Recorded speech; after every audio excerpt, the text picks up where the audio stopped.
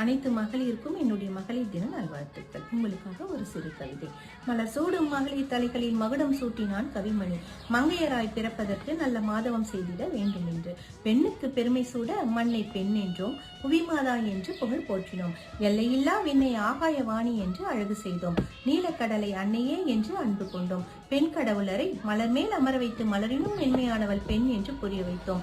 இறைவனின் தலையிலே அமர வைத்து நதியை கங்கை என பெருமை தந்தோம். வீரத்தை, கல்வியை, செல்வத்தை மகளிர் தெய்வம் என மண்டியிட்டு வணக்கம் செய்தோம்.